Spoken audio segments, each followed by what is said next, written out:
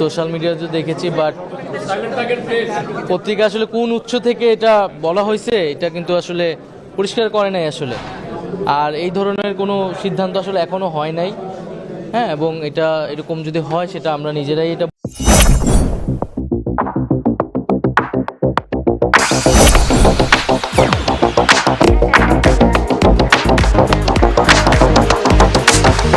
বলবো, এবং রাজনৈতিক দলে অংশগ্রহণ করার মতো পরিস্থিতি হইলে আমরা সেটা সরকার ছাড়ার সিদ্ধান্ত নিলে আমরা এটা আনুষ্ঠানিকভাবে বলবো। সেরকম কোনো সিদ্ধান্ত এখন পর্যন্ত আমার জায়গা থেকে বা আসিফের জায়গা থেকে আমি যতটুকু জানি যে এরকম হয়নি।